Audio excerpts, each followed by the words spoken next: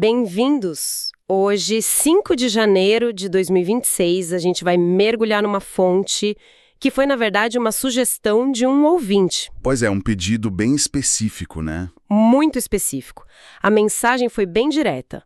Olha, eu tô no meio de uma crise profissional, tentando liderar uma equipe desmotivada num projeto que parece um fracasso. Uma situação bem comum, infelizmente. Exato. E ele continuou.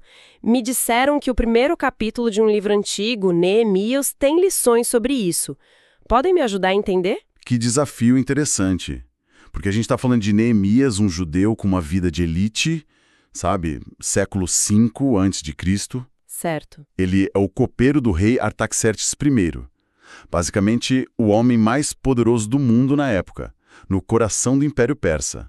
Ele está seguro, confortável. E muito, muito longe da terra natal dele, Jerusalém, que na época estava em escombros. Exatamente. E o capítulo começa justamente quando um relatório sobre esses escombros chega até ele. Ok, então o cenário é esse. Um homem no auge do poder, do privilégio, e uma crise que, a rigor, não afeta diretamente. A pergunta que vai guiar a nossa análise é a mesma do nosso ouvinte. O que transforma alguém nessa posição? Isso. O que o transforma num líder disposto a arriscar absolutamente tudo por uma causa que todo mundo já considerava perdida? Vamos descobrir. Vamos lá. A história começa de um jeito bem pé no chão, né? Neemias encontra o irmão dele, Hanani, que tinha acabado de chegar de Judá. Ele faz duas perguntas bem diretas. Sim. Como estão os judeus que sobreviveram ao exílio e como está a cidade de Jerusalém? A resposta é, assim, um soco no estômago. É brutal. O povo vive em grande miséria e desprezo. Os muros da cidade estão no chão, portões queimados. E a reação de Neemias é imediata e, nossa, é avassaladora. Totalmente. O texto diz que ele sentou-se e chorou. E não é um choro rápido, sabe? Ele entra num luto que dura alguns dias. Com jejum e oração. Exato. E é importante a gente entender o que isso significava naquela cultura.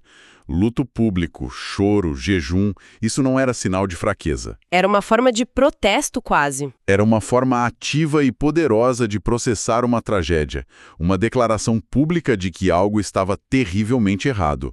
Ele deixa a dor atingi-lo com força total, sem filtro nenhum. E o que me impressiona é que essa dor é por algo que ele não está vivendo pessoalmente.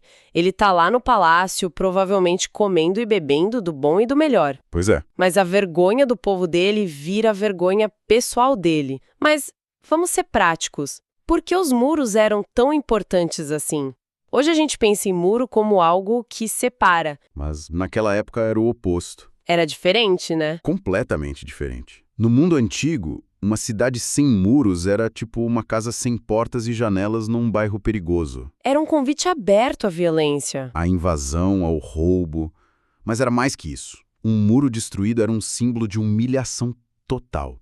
Significava que a sua cidade não tinha honra, não tinha status. E que o Deus daquela cidade era fraco ou tinha abandonado o povo. Exatamente. A grande miséria e desprezo do relatório é uma consequência direta disso. Eles estavam vulneráveis física, econômica e espiritualmente. A dor de Neemias é por essa vergonha coletiva. Ok, isso muda tudo. Ele não está chorando por pedras no chão. Ele está chorando pela identidade e pela dignidade de um povo. Isso. E isso me leva à posição dele, copeiro do rei. Soa como um cargo de serviço, quase um mordomo de luxo. Mas era mais que isso, né? Muito mais.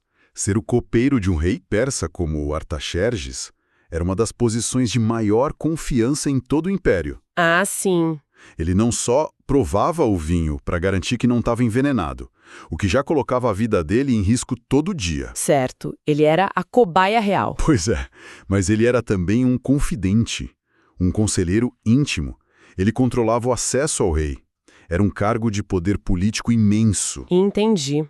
Um passo em falso, qualquer sinal de deslealdade, e ele seria executado na hora. Então, quando Neemias chora, ele está arriscando tudo. O rei podia ver aquela tristeza e interpretar como descontentamento, ou pior, traição. Certo. Ele está de luto, arrasado. E muita gente pararia aí, né?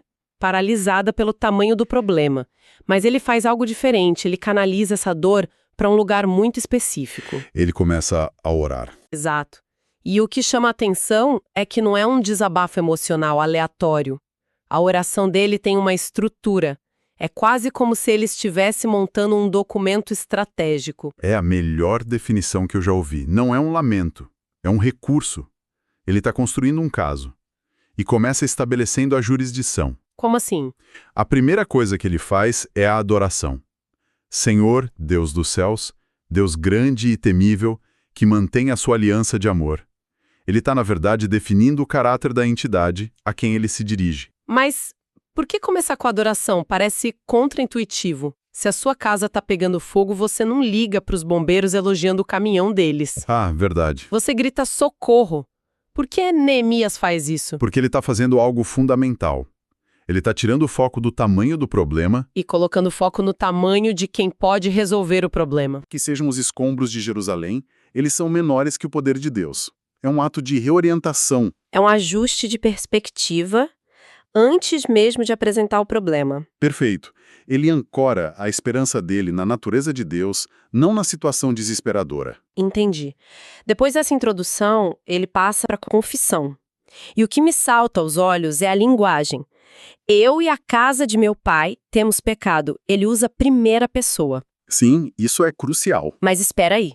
Ele é um oficial de alto escalão, provavelmente vivendo uma vida correta. Por que eles se incluem na culpa? Isso não enfraquece a autoridade moral dele para pedir alguma coisa? Pelo contrário, isso a estabelece. É uma das marcas mais poderosas da liderança servidora. Ele não aponta o dedo de longe e diz, eles pecaram. Ele entra no meio do problema e diz, nós pecamos. Ele entende que a ruína não foi um acidente, mas o resultado de um padrão de gerações. E ele não se isenta dessa herança coletiva. De jeito nenhum. Ao assumir essa responsabilidade compartilhada, ele ganha o direito moral de interceder em nome de todos. É um modelo que a gente vê até na liderança moderna. Como um CEO que assume a culpa por um erro em vez de culpar um departamento. Exato. Em vez de criar divisão, ele gera unidade e abre o caminho para a solução. É uma aposta na humildade como ferramenta de liderança. Muito forte isso. Ok, então ele estabeleceu a autoridade de Deus e a necessidade de misericórdia. Qual é o próximo passo nesse caso legal dele? O próximo passo é citar o precedente. Ele apela para as promessas do próprio Deus. Ah, quando ele diz, lembra-te da instrução que deste ao teu servo Moisés. Isso. Ele está se referindo a passagens como as de Deuteronômio, onde Deus estabeleceu os termos da aliança. Aliança aqui no sentido de um pacto, um contrato solene, com responsabilidades dos dois lados, certo? Perfeito. E nesse contrato, Deus disse que se o povo fosse infiel, seria espalhado. Mas se eles se arrependessem e voltassem, ele os reuniria de novo. Exato. Neemias não está sendo arrogante ao lembrar Deus disso. É um ato de fé profunda. Ele está dizendo, olha, esta é a tua política.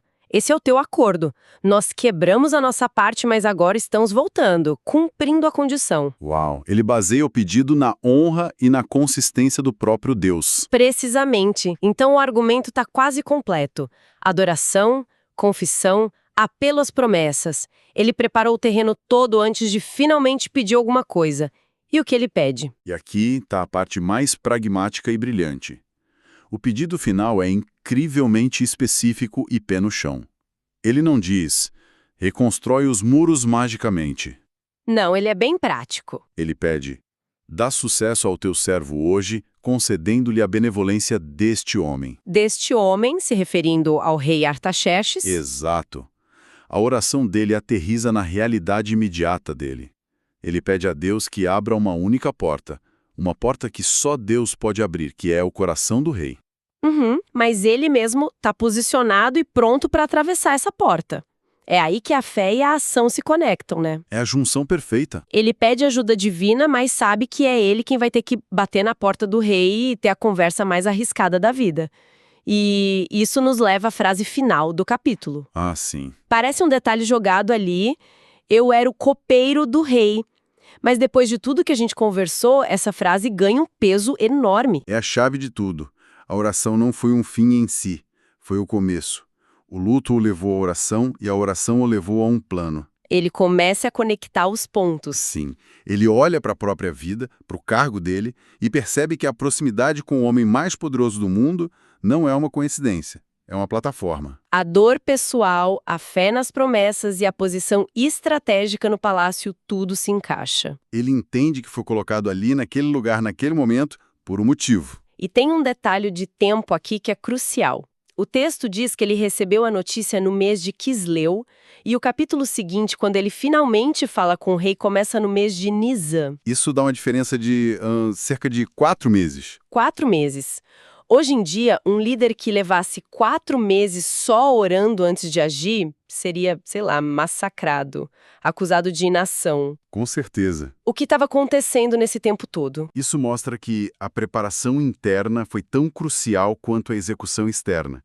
Esses 4 meses não foram de passividade, foram de luto contínuo, oração, jejum e, o mais importante, estratégia. Ele estava observando o rei. Exato, esperando o momento certo. Um rei antigo não era uma máquina. Ele tinha dias bons e ruins. Chegar com um pedido desses... Que podia ser visto como rebelião. Exatamente. Fazer esse pedido no dia errado era uma sentença de morte. Esses 4 meses foram de preparação espiritual e de inteligência tática. Ele estava refinando o pedido e esperando a janela de oportunidade perfeita. Então, não foi uma explosão de emoção seguida de uma ação impulsiva. De jeito nenhum. Foi um processo. Uma maratona de preparação para um sprint de poucos minutos na frente do rei. E essa preparação o transformou. No início do capítulo, ele é um oficial persa de luto. Sim. Ao final do capítulo, antes mesmo de falar com o rei, ele já é o líder da reconstrução de Jerusalém. A mudança aconteceu primeiro dentro dele. Exato. Então, no fim das contas, quando a gente olha para este primeiro capítulo, as muralhas de Jerusalém continuam em ruínas. Nada mudou na geografia do problema. Nada. Mas tudo mudou dentro de Neemias. Ele fez a jornada do luto à missão, da dor ao propósito. E essa jornada nos dá um modelo muito claro para responder a uma crise, que é exatamente o que o nosso ouvinte estava procurando, né? Exatamente. Primeiro, permita-se sentir o peso real do problema, sem minimizar, sem ignorar. A empatia radical é o combustível. Certo. Segundo, reestruture o problema não em torno das suas limitações, mas dos seus princípios e valores. No caso dele, a natureza de Deus. Terceiro, assuma sua parte da responsabilidade. Isso te dá legitimidade. E quarto, identifique um primeiro passo, concreto, específico e que esteja dentro da sua esfera de influência. Neemias não se preocupou com a logística de conseguir madeira e pedras na hora. A primeira ação foi conseguir uma reunião favorável com o chefe. Exatamente isso. O que nos deixa com um pensamento final para refletir. A história de Neemias sugere que muitas vezes o ponto de partida para resolver uma crise externa complexa não está num grande plano estratégico. Mas numa profunda jornada interna. E talvez a nossa maior contribuição para o problema que mais nos angustia